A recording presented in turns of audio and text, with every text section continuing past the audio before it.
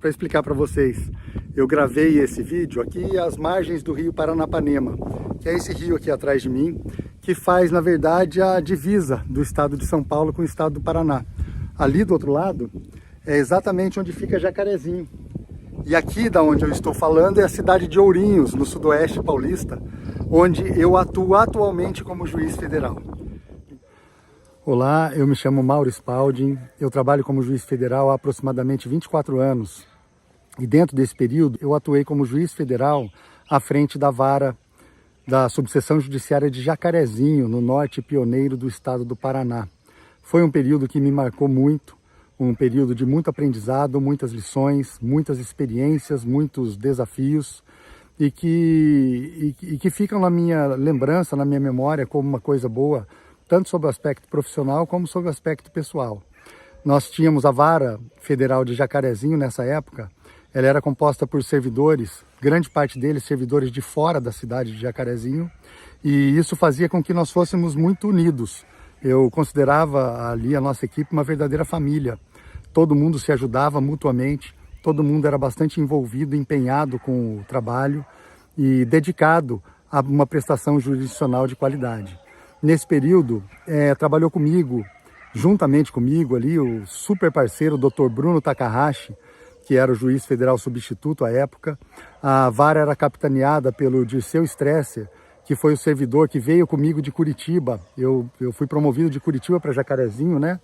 Ele veio comigo de Curitiba e assumiu o desafio de capitanear a vara, era o capitão desse barco, assim, vamos dizer, como a gente falava, né?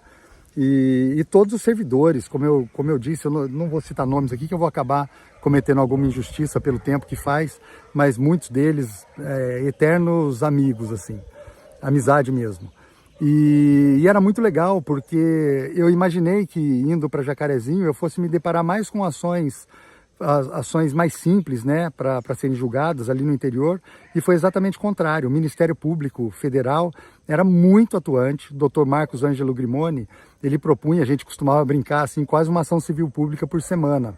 Então eram muitas ações coletivas envolvendo temas bem complexos e variados, desde direito ambiental até patrimônio histórico, cultural, a questão da linha férrea ali da ALL, que depois foi terminada ali pelo Dr. Bruno Takahashi. Nós tínhamos conflitos indígenas, nós tínhamos a questão da cobrança de pedágio, então direito do consumidor. Era uma coisa muito grande, muito vasta, assim, as matérias que a gente se debatia lá e que exigia muito da gente. E com o apoio de toda essa equipe que trabalhava em conjunto, como eu disse, a gente conseguia, de certa forma, vencer todos esses desafios e fazer, dentro das nossas possibilidades, uma prestação jurisdicional de excelência, que era o que todos nós estávamos empenhados nesse sentido, ali em Jacarezinho, né? Eu me lembro de duas ações assim que marcaram de maneira que eu posso destacar dentre todas as outras, né, que foram ali por mim conduzidas, mas duas especificamente que eu não imaginei assim, que foram para mim inéditas. Uma foi um conflito envolvendo uma comunidade indígena ali da região, do município de Santa Amélia. A comunidade se chama Ivaporã Laranjinha, fica próximo ali a Cornélio Procópio. Era uma comunidade indígena de etnia Caingangue e Guarani, e que, à época, passava por um processo de demarcação de terras indígenas em trâmite no Ministério, administrativamente lá em Brasília, e esse procedimento foi questionado judicialmente numa ação que foi proposta ali em Jacarezinho. Fato é que os indígenas dessa comunidade, eles ocuparam uma parte de uma propriedade rural e os proprietários que exploravam ali a sua agricultura, eles entraram em pé de guerra. Foi um conflito com esses índios dessa comunidade, esses indígenas, né, dessa comunidade indígena, e a gente tentou solucionar isso. Daí a melhor maneira possível foi tentar uma conciliação. Eu me lembro, com o apoio do Dr. Marcos Ângelo Grimoni, né, o procurador da República, uma sexta-feira, a gente fez essa audiência. O cacique era uma pessoa bastante combativa, com os proprietários também, né, e essa audiência culminou com uma conciliação. E os termos da conciliação foi basicamente o seguinte: os indígenas se comprometiam a não expandir a área invadida e, por outro lado, os proprietários se comprometiam a tolerar a permanência dos índios no espaço em que eles já haviam ocupado, pelo menos até terminar o processo de demarcação de terra indígena e o processo judicial que questionava a legalidade daquele procedimento. Eu lembro que daí no sábado eu fui passar o final de semana em Londrina. Domingo, ao abrir o jornal, eu vi que eles tinham realmente os indígenas e os proprietários tinham entrado em conflito. Nas vias de fato, tinha havido tiro, arco e flecha, tacape, aquela coisa toda, né? E eu me lembro que telefonei para o Dr. Marcos e falei: Dr. Marcos, é impressionante, a gente fez o acordo na sexta-feira, né? Acreditávamos que estava tudo bem e na verdade não estava. Acho que a gente não costurou direito esse acordo. Vou fazer uma inspeção judicial, vamos lá ver o que está acontecendo. Aí convocamos a Polícia Federal, magistratura, Ministério Público Federal e a Polícia Federal para dar o apoio ali para a gente, né? Era uma questão de beligerância que já havia eclodido, eles estavam em situação de conflito mesmo, evidente. E a discussão toda, a eclosão dessa disputa, dessa guerra tinha acontecido porque os proprietários entenderam que os índios haviam descumprido o acordo porque estavam ampliando a sua área de ocupação e os índios reclamando que os proprietários haviam jogado agrotóxicos que eles usavam lá na plantação deles, lá de milho, próximo às casas, afetando as crianças. Eram aproximadamente 30 famílias ali, muitas crianças, né? E eu lembro que o que marcou bastante foi que a gente pegou uma folha sulfite, a gente viu que o problema estava exatamente em se delimitar qual era a área de ocupação dos índios ali naquela propriedade, porque eles reclamavam que tinham que ir até o rio buscar água e os proprietários falavam que aquilo seria uma ampliação da ocupação, da invasão deles e tal. E a gente fez um croquis numa folha sulfite em cima do capô do carro do Dr. Marcos. Eu lembro a gente desenhando, olha, vai da árvore tal até o córrego tal, vai depois até a cerca, e a gente delimitou qual que era a área mesmo. Todo mundo daí ficou mais claro, em loco ali, né? A gente conseguiu fazer isso. Todo mundo assinou essa planta, esse mapinha que a gente fez ali à mão mesmo, e a gente anexou aos autos físicos do processo, e não me lembro de ter havido mais nenhum conflito entre eles, embora o litígio tenha ainda remanescido sob o aspecto judicial no processo. Mas a coisa parece que se resolveu daí, sob essa forma, né, através dessa conciliação feita durante a inspeção judicial. Uma outra ação que eu me lembro, que eu também não imaginava que fosse me deparar com isso, em Jacarezinho, né, numa subseção judiciária do interior do Paraná, mas foi uma alegada infração à Convenção Internacional de Haia, que trata de sequestro internacional de crianças. Qual que era o fato envolvido? Uma moça da cidade de Santo Antônio da Platina, que é vizinha ali de Jacarezinho, ela havia se casado com um argentino, se mudado para a Argentina, e eles tiveram uma filha em comum. E com 4 anos de idade, essa criança, a mãe já não convivia mais tão bem com o pai da criança na Argentina, ela veio para o Brasil e trouxe a criança e largou o pai lá na Argentina.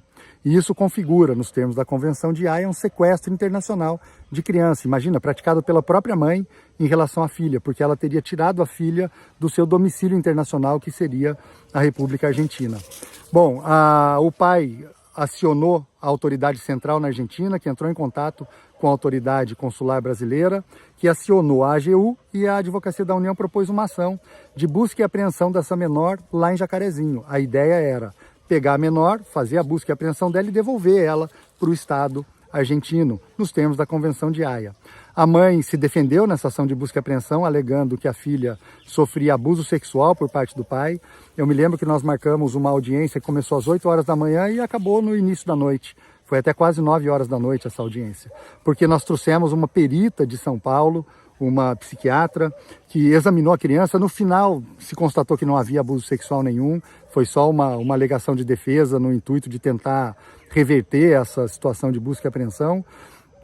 Mas fato é que eu me lembro que foi uma ação muito difícil. O pai veio para essa audiência, nós nomeamos um advogado para ele, que ele veio desassistido de advogado, estava a AGU presente, Ministério Público Federal, e toda aquela situação de família, né, que normalmente nós da Justiça Federal não temos tanta destreza, tanta habilidade para lidar com isso, né? Talvez um juiz estadual de uma vara de família conseguisse fazer isso de uma maneira mais simples, mas a gente tentou, usando todas as formas de conciliação existentes, uma composição entre a mãe e o pai dessa menina. E no final das contas, lá no início da noite, assim, eu lembro, a gente conseguiu, isso foi muito gratificante, assim, a gente homologou o divórcio, a gente Nessa conciliação, a gente estabeleceu a partilha de bens, eles tinham um terreno comum na Argentina, a gente partilhou ali, estabeleceu a guarda da criança com a mãe no Brasil, então não foi necessário tirar a menina, mandar para a Argentina, o pai acabou concordando com isso, e estabelecemos direito de visita. A menina iria visitar o pai na Argentina e tal. Eu lembro que depois desse acordo, costurado assim, com muito cuidado e muito trabalho, eu ainda mantive por curiosidade, né, saber se tinha dado certo o cumprimento do acordo, porque a Justiça Federal brasileira não tinha nem competência para isso. Nos termos da Convenção de Haia, quem era o juízo competente para dirimir todas essas questões seria o juízo da Argentina, que é o considerado país violado nessa situação. Mas ainda assim, como o pai e a mãe acordaram com isso e de certa forma acreditaram na autoridade judicial brasileira, né, o acordo acabou dando certo. Depois de um tempo eu vi que a menina realmente foi para a Argentina, de acordo com o que foi estabelecido a visita do pai. O pai mandou a menina de volta, eu fiquei com medo dele reter a menina lá na Argentina, mas não, parece que a coisa acabou andando numa boa.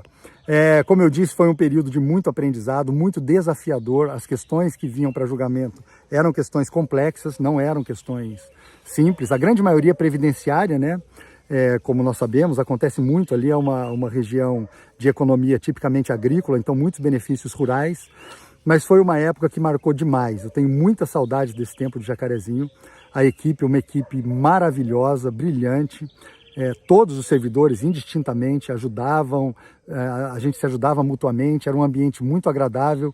O Dr. Bruno Takahashi colocou uma mesa de ping-pong na secretaria para a gente poder, de vez em quando o circo estava pegando fogo, vamos espairecer um pouquinho, quebra-cabeça, vamos montar quebra-cabeça. Quando veio o processo eletrônico, a gente dava pausas de tempos em tempos, saímos muito, era uma época muito bacana mesmo.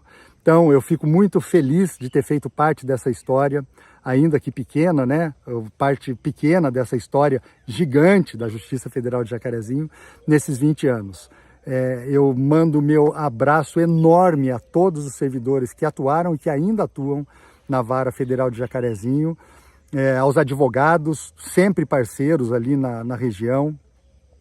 Era a doutora Denise Esfera, presidente da OAB à época em que eu era juiz federal ali em Jacarezinho, por mais de um mandato, inclusive, à frente da subseção da OAB.